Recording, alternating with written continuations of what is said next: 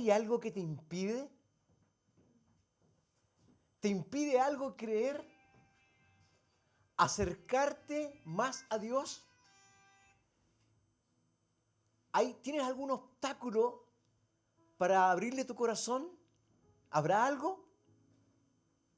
Esa es una pregunta que siempre hacemos. Entonces algunos dicen, bueno, lo que pasa es que no tengo tiempo. No sé qué pensaría mi familia si me meto en este camino.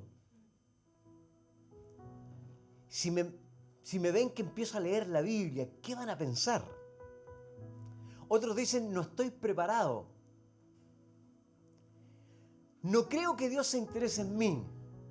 Eso es típico. He fallado tanto en la vida.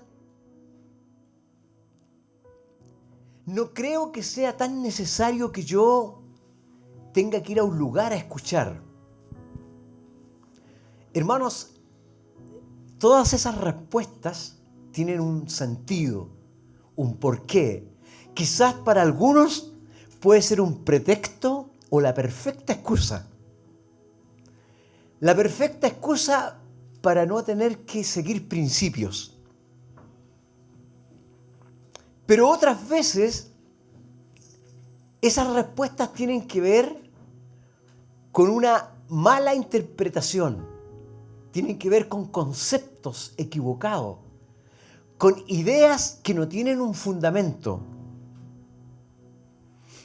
Pero ¿qué pasa con nosotros, con los que ya nos iniciamos? ¿Qué pasa con los que ya estamos en el camino hace harto tiempo? ¿Cuántos años llevas tú? Un día nosotros tomamos la decisión clave. Un día recibimos una invitación, un llamado. Reconocimos con una conciencia de que necesitábamos realmente a un Dios en nuestra vida. ¿Sí? Pero ¿qué pasa cuando los años comienzan a sumarse? ¿Qué pasa cuando el tiempo transcurre? Es muy probable que muchas veces nos ha pasado que hay una tendencia a relajarse, hay una tendencia a quedarse un poco. Pero lo que es más terrible, incluso puede pasarnos también a nosotros como a los de afuera, que sin darnos cuenta, nuevamente nos comenzamos a prejuiciar. Porque en el principio todo era entusiasmo, todo era enamoramiento, todo era ganas. No hallábamos la hora de encontrar 5 minutos para hablar con Él. No hallábamos la hora. También hay gente que en este camino finalmente se aisló. No quiso más. Entonces aquí viene la pregunta. ¿Qué pasó? ¿Qué fue lo que pasó? Es que no pude más, dicen algunos. Es que esto me superó. Es que no soy digno, finalmente. No soy digno. Me he dado cuenta. Llegué a la conclusión que no di el ancho. Fallé tantas veces que finalmente no soy digno. Lo traicioné. Lo decepcioné. En algunos casos, como digo, esta es una excusa. Un pretexto simplemente para huir. Quizás para hacer lo que me conviene. Pero en muchos casos, hermano, aún nosotros, estando aquí, puede transformarse en un impedimento. Por eso que hoy día quiero hablar acerca de los impedimentos. Estos que se levantan y se convierten en prejuicios totalmente infundados después de haber fracasado en un intento. ¿Quién no ha fracasado? Y estos impedimentos, ¿qué es lo que hacen? No me permiten finalmente seguir recibiendo perdón. seguir recibiendo libertad. ¿Se acuerdan cuando Jesús dijo, ustedes van a conocer la verdad y esa verdad los va a hacer libres? Pero lo que pasa con la verdad, que hace libre pero también confronta. Antes de hacerme libre, primero me confronta. En estos últimos meses, los que se han parado aquí adelante nos han estado animando, desafiando a más, ¿cierto? A buscar más de Dios. ¿Para qué?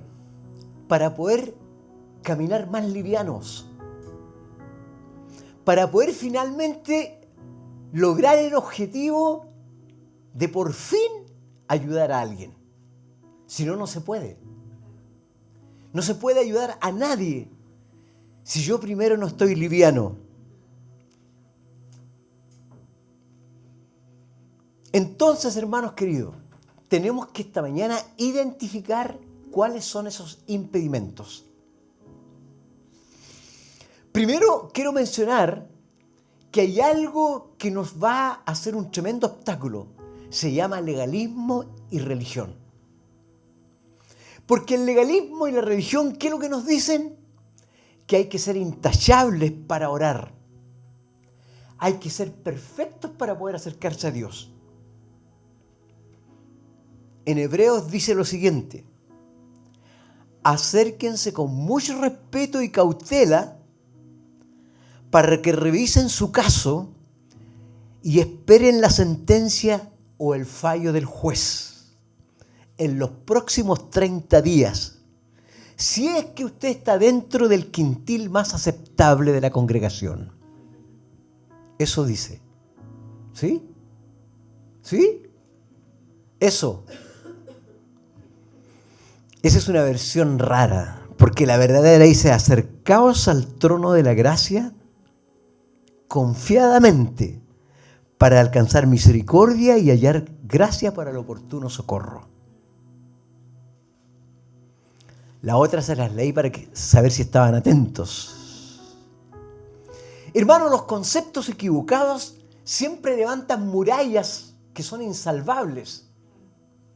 Nos levantan unos muros terribles. ¿Se acuerdan de la mujer sorprendida en adulterio? Esa mujer que cuando la sorprendieron fue juzgada por todo el pueblo. Y el que estaba con ella, porque para poder adulterar tiene que haber dos. No puede haber solo una mujer. Hay un hombre y una mujer. ¿Pero qué pasó con el hombre?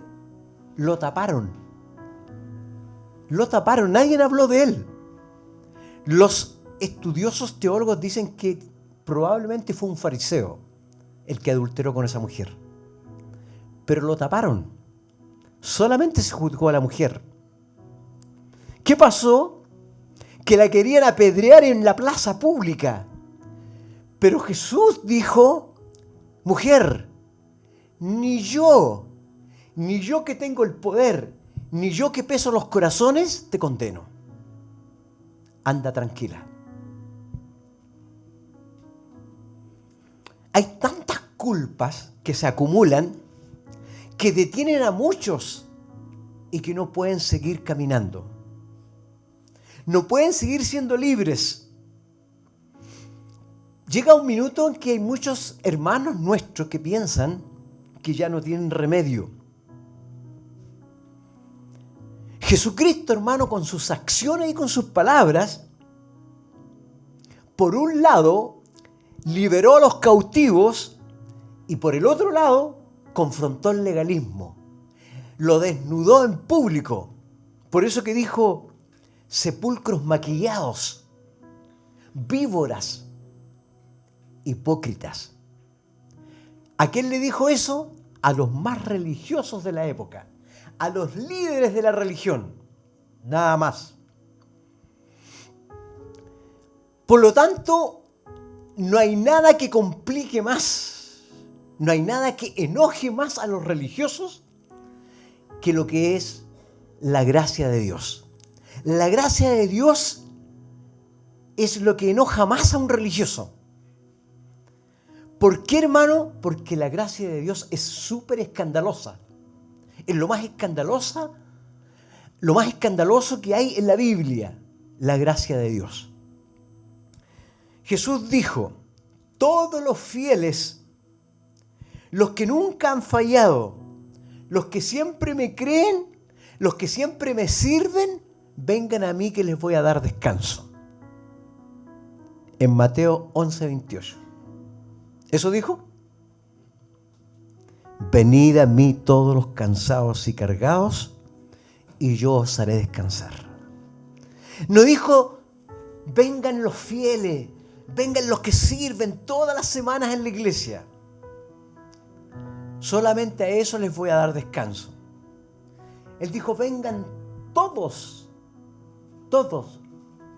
los cautivos, los cansados, los amargados, los frustrados, los fracasados, todos. Pero en la religión, ¿qué es lo que dice? Ese que tiene tatuajes, no. El mujeriego, menos. La prostituta, ni hablar. No se les vaya a ocurrir pensar en un desviado sexual, menos en un asesino. Pero ahora nosotros, hermanos, que hemos sido invitados por el Señor Jesús a ser parte de sus filas, a ser parte de su reino, hace harto tiempo que el Señor nos invitó. No nos podemos volver guardianes del reino. No nos podemos volver infiltradores de quién entra y quién no entra. Porque eso es religión. Hermano, nos guste o no nos guste, la gracia de Jesucristo está disponible para todos. Aunque a veces nos incomoda. Nos incomoda que ese que no ha hecho nada se convierta justo antes de morirse. 5 minutos antes. Y pasó toda la vida haciendo lo que quiso. La religión dice, para el divorciado no hay lugar. Para el que todavía no deja de fumar, para el que todavía bebe, para el que todavía no ha sido bautizado, para el que abortó o para el que votó por Boric. No hay lugar en el reino. Es el régimen de la religión organizada, así como existe el crimen organizado, existe la religión organizada. Por lo tanto, la iglesia, hermano, en la historia, a través de toda la historia, ha cultivado sus propios dictadores, así como Hitler, como muchos dictadores que han habido en Sudamérica, incluyendo al Tata Pinochet. La iglesia también ha tenido sus propios dictadores, líderes que se apoderan y que manipulan a la gente. Los coartan diciéndoles cómo se tienen que vestir, cómo se tienen que mover, qué tienen que cantar y qué no. Hasta, hermano, hay lugares donde pastores le han dicho a la gente, a los hermanos, con quién te tienes que casar. El Señor me muestra que con esta hermanita o con este hermanito. Entonces, jóvenes que se van a casar, en muchas partes, no piden la bendición de Dios a sus pastores, sino que le piden la autorización. Ese es el régimen religioso, que piensa que mientras más actividad, más se cuida la santidad. Entonces se confunde la vitalidad espiritual con la actividad espiritual. Y entonces se hacen muchas cosas, porque se cree que así somos espirituales. Pero ¿cuál es la realidad? Es que, hermanos, no todos los que sirven en una iglesia para Dios están vivos espiritualmente. No todos. Muchos sí, pero hay un gran grupo que aunque sirve, no están vivos espirituales.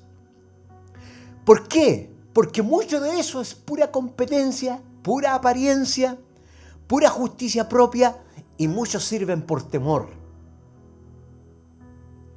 Entonces, ¿qué es lo que hacemos? Queremos medir la espiritualidad por cuánto hacemos o cuánta asistencia tenemos.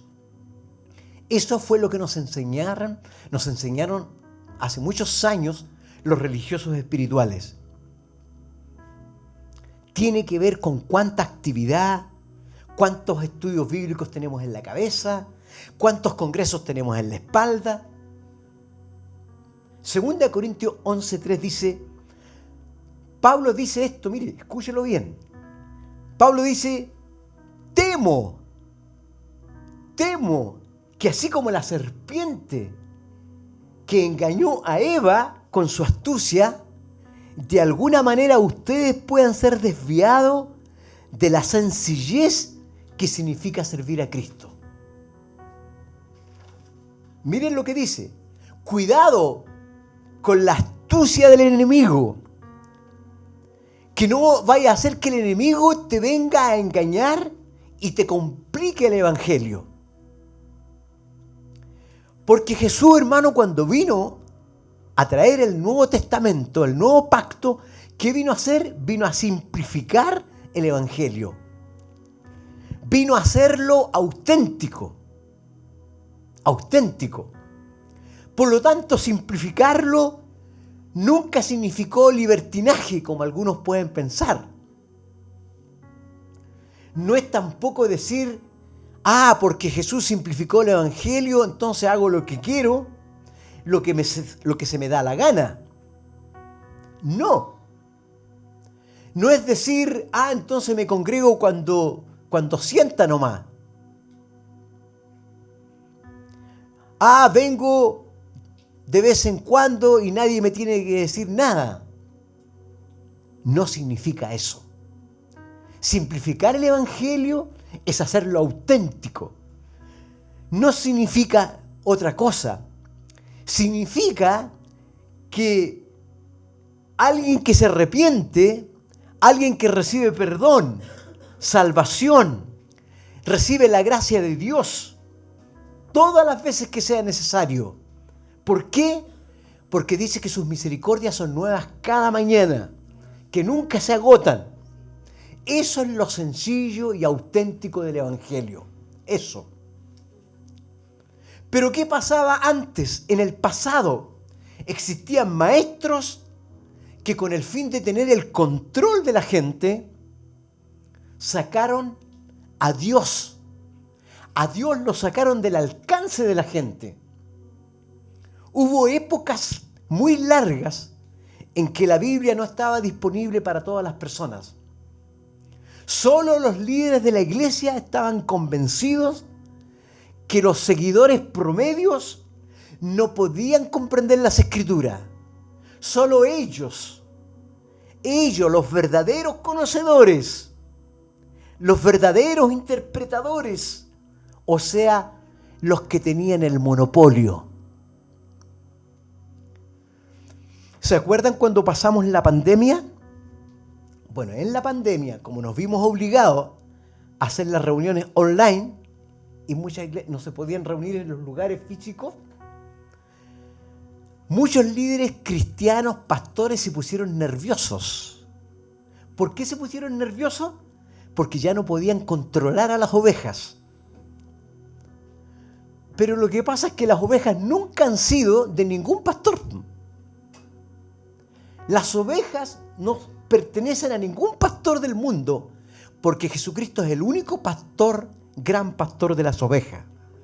Fue Él el que murió en la cruz por ellas, nadie más.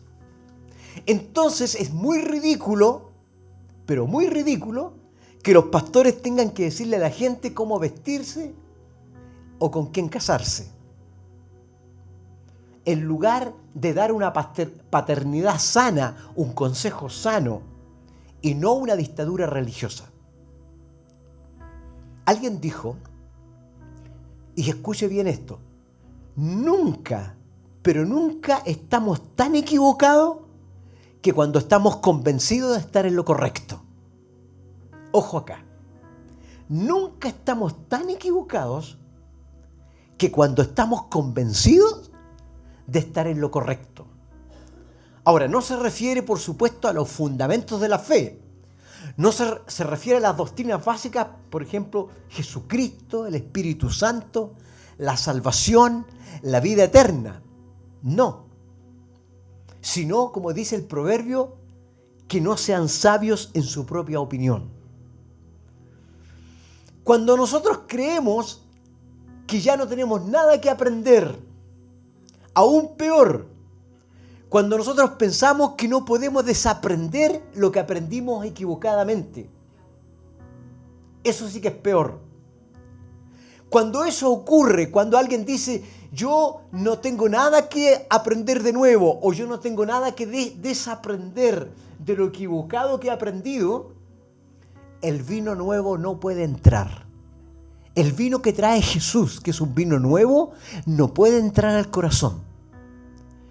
Porque esa autosuficiencia, eso de creer que estoy yo en lo correcto y no tengo nada nuevo que aprender, no lo deja entrar. Los líderes de la época de Jesús estaban muy seguros de estar en lo correcto. Ellos estaban convencidos de que Jesús era un rebelde, que era un blasfemo. Estaban convencidos de eso, de que él agitaba a la gente en contra de ellos. Y estaban convencidos de que Jesús tenía demonios. El sentido que tenían de la sana doctrina hizo que el odio, la calumnia, los falsos testimonios y la muerte en la cruz fuera aceptable para todos. Ellos dijeron, está bien que lo crucifiquemos. Y todos tienen que aceptar esto. Hermanos, ¿saben cuál es la verdad? La verdad es que dentro de cada uno de los que estamos aquí en esta sala hay un fariseo adentro que en cualquier momento quiere salir. ¿Sí? Todos tenemos adentro un fariseo que en cualquier minuto sale. Pues la ley por medio de Moisés fue dada, pero la gracia y la verdad vinieron por medio de Jesucristo. Una ley que nadie pudo cumplir en su totalidad. Por eso que la época de la gracia no tiene nada que ver con la época de la ley. Hermanos, cuando las iglesias cristianas, que se llaman cristianas, se empiezan a llenar de normas humanas, formas humanas, cuesta mucho tener una relación con Dios. Cuesta mucho. Incluso la iglesia moderna, que se jacta de ser moderna, que no es, como dicen algunos, nosotros no somos de los moderados, de los anticuados, somos modernos. Esa iglesia también tiene sus normas, aunque inconscientemente, aunque sutilmente. Si no tenemos toda la tecnología a la mano, si no tenemos la pantalla más grande, si no cantamos una hora, si no tenemos toda la orquesta, Dios no se va a mover. Si no somos los más pro, mientras menos se hable de arrepentimiento, somos más aceptados. 2 Corintios 2:15. Otra vez Pablo dice, porque somos aroma fragante de Cristo en los que se salvan y entre los que se pierden. Mire, somos un aroma de Cristo entre los que se salvan, aquí entre nosotros, y también entre los que se pierden, en los que están afuera. Es el mismo aroma, no cambia. A veces uno despide un aroma, pero no es el aroma de la gracia. ¿Sí? ¿Me siguen? Muchas veces nosotros, en vez de despedir el aroma de la gracia, despedimos el aroma de juzgar, de discriminar, de legalismo, de condenación. de doble vida, de autosuficiencia. Pero un cristiano, hermano, un cristiano auténtico, hace esto. ¿Alguna vez han ido por la calle y por al lado ha pasado una persona con un aroma rico, agradable? Y uno dice, ¡oh, qué rico se sintió! No con el que se echó todo el frasco de perfume encima, no. Ese perfume, lo justo y suficiente, pero rico, agradable. Y uno dice, bueno, cuando un cristiano es auténtico, solo basta con que pase por al lado de alguien. Solo basta con que dé una sonrisa muchas veces. Solo basta con que diga una palabra, dos palabras. Y despide un aroma agradable. El aroma de la gracia. ¿Qué va a decir la gente? La gente va a decir, no sé qué es lo que es. No entiendo qué es lo que es. Pero es algo diferente que tiene esa persona. No lo puedo explicar. Pero lo miro y tiene algo diferente. Pasa por el lado mío y deja un aroma distinto.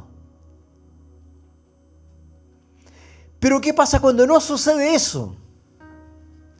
No es que seamos inoloros, sino que damos otro olor. Desagradable, un olor que repele, un olor a hipocresía, un olor a religión, un olor a libertinaje que nadie quiere captar. Ahora, hermano, con todo esto que hemos dicho, viene alguien y dice, pero me da miedo.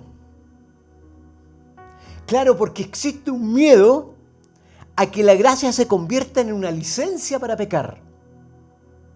Por eso que algunos no quieren hablar de la gracia, porque tienen miedo a que los malinterpreten y que se transforme en una licencia para pecar.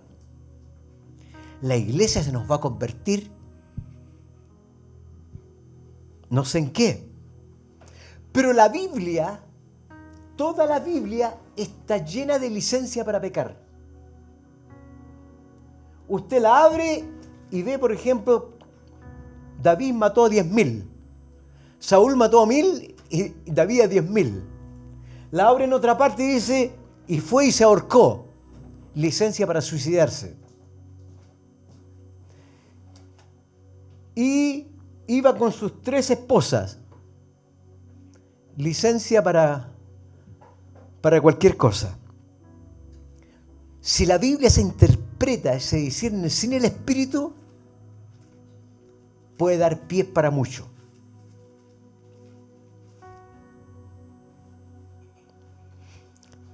Si se habla mucho de la gracia, todo el mundo va a pecar entonces sin problema, como así, chipe libre. Pero ¿qué dice Pablo en Romanos? Donde abundó el pecado, sobreabundó la gracia. Hermano, ¿sabe usted que no existe ningún pecado en este mundo que supere a la gracia? No hay. Búsquelo. No hay ningún pecado que supere a la gracia. Entonces alguien va a venir y va a decirte, ¿para qué voy a ser bueno si sé de antemano que Dios me va a perdonar? ¿Para qué? ¿Para qué me voy a esforzar para ser como Jesús quiere que yo sea cuando Él me acepta tal cual como soy? ¿Para qué? Y otra vez estamos interpretando mal. Entonces, como Pablo sabía que al hablar de la gracia, que sobreabunda la gracia, se abre una compuerta no menor para que las mentes rápidamente interpreten mal y se transformen en un impedimento. Como Pablo sabía eso, hace una pregunta y dice, ¿qué pues diremos? ¿Qué pues diremos? ¿Vamos a perseverar en el pecado para que la gracia abunde? Y él mismo responde, y responde categóricamente: de ninguna manera. De ninguna manera, hermanos. Porque sepamos que donde abundó el pecado, sobreabundó la gracia, no significa hago lo que quiero, total hay gracia. Bajo ningún punto de vista, dice el apóstol, bajo ningún punto de vista, porque sobreabunda la gracia, voy a pecar así nomás.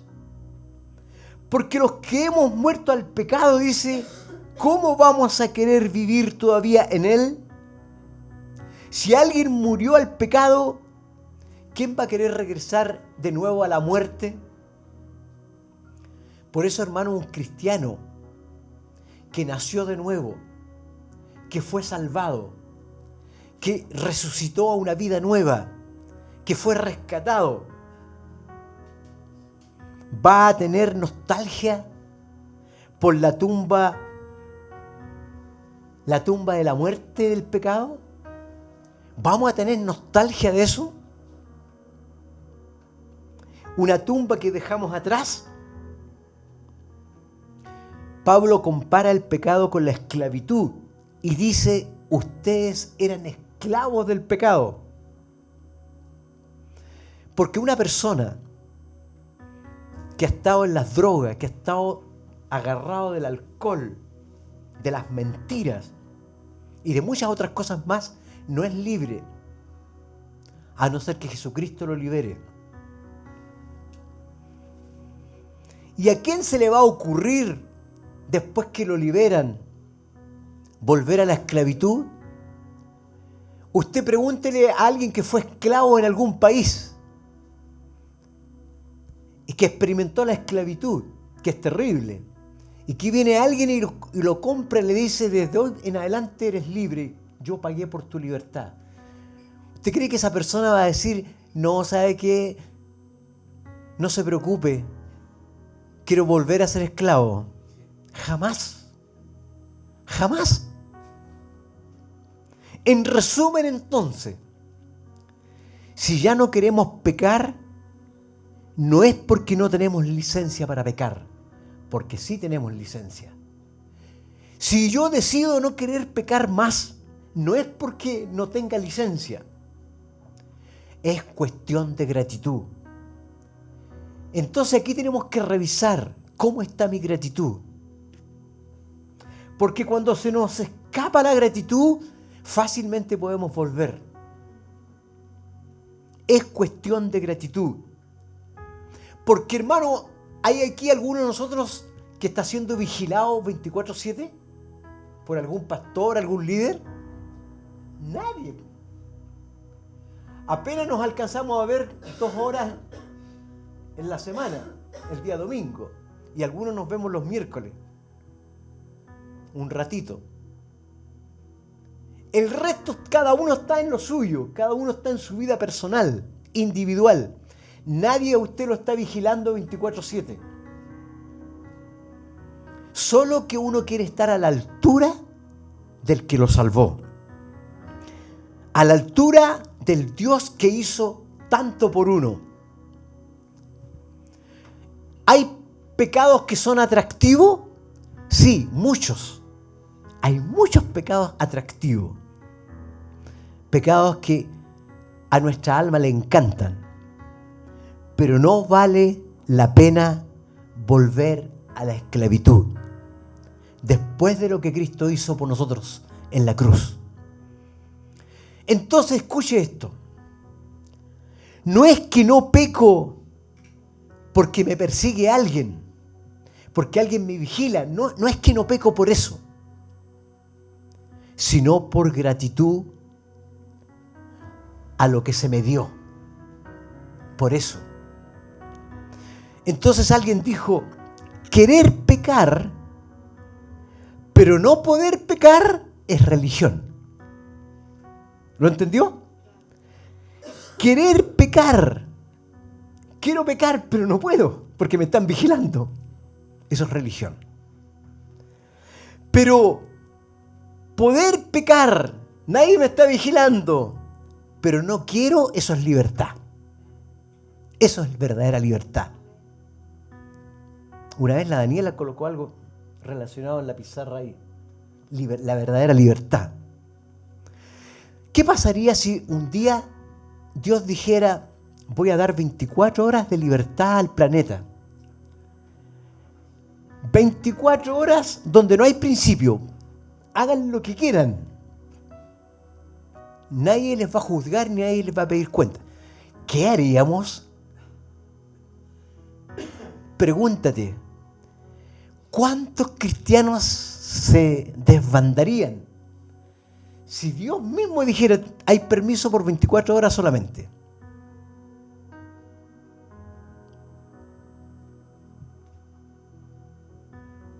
Poder pecar, pero no querer, eso es libertad.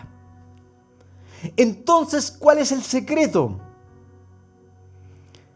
El secreto es, nos esforzamos en crecer, nos esforzamos en integridad, no para hacer que Dios me ame, porque ahí nos equivocamos. Me voy a esforzar para que Dios me ame. Eso está mal. No tengo que orar para que Dios me ame. No tengo que leer la Biblia para que Dios me ame. No tengo que venir a las reuniones para que Dios me ame. Él ya me ama. Él ya me ama. Y como nos ama, así como somos, no nos podemos quedar tranquilos. Tengo que hacer algo para estar a la altura de Él. No es que por eso me va a amar más o le voy a agradar más a Él. Yo ya le agrado. Si no le agradara, ¿usted cree que Jesús hubiera dado su vida por nosotros? Si no le agradáramos, si no nos amara. Dice que cuando estábamos en delito y pecado, ya nos había amado antes. Aunque estábamos en delitos y pecado, hizo algo por nosotros. El hecho de que el amor de Dios nos llegue sin costo es muy escandaloso. Súper escandaloso. El hecho de que Él nos ame es solamente a través del arrepentimiento. Lo único que pide el Señor es arrepentimiento, un corazón necesitado, un corazón que dice yo te necesito. Eso va contra todos los instintos humanos. Porque el fundamento de todas las instituciones humanas, de los gobiernos, no tiene gracia. Usted, por ejemplo, si va mañana a un banco y llega y dice, vengo porque ustedes me dieron un crédito y no lo pude pagar, ¿me pueden dar otro? Las winchas que se lo van a dar. No se lo van a dar. Vengo porque la tarjeta que me dieron aquí en Falabella la hice pedazo. Vengo que me den otra. No se la van a dar. Así funcionan las instituciones. Solo con ley. Las religiones que existen, el hinduismo, el código islámico, el pacto judío y otras más, ofrecen siempre una manera de ganarse la salvación. Como los egipcios, la aprobación de los dioses.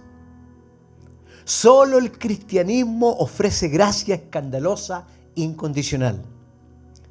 Jesús siempre describió al mundo repleto de gracia, desde que el sol nace para buenos y malos. Siempre decimos, es que no lo merezco. No lo merezco. Uno de los mayores ejemplos, y con esto quiero terminar, uno de los mayores ejemplos que están registrados aquí es cuando el Señor conversa con el que estaba al lado de Él en la cruz, con uno de los ladrones, que nunca fue a una iglesia, que nunca se bautizó, que no pudo devolver lo robado porque ya estaba a punto de morir. No tenía tiempo para eso. El Señor Jesucristo, cuando Él dice, acuérdate de mí, Señor, cuando estés en tu reino. Y Él le dice, hoy mismo estarás conmigo en el paraíso. Esto demuestra que la gracia no depende de lo que hayamos hecho por Dios, sino lo que Él hizo por nosotros. Cuando se hace la pregunta, como una especie de encuesta en las iglesias del mundo,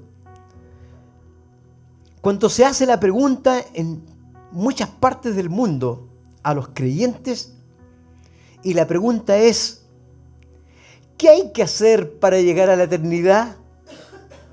Todos los creyentes contestan lo mismo: cuidar la santidad.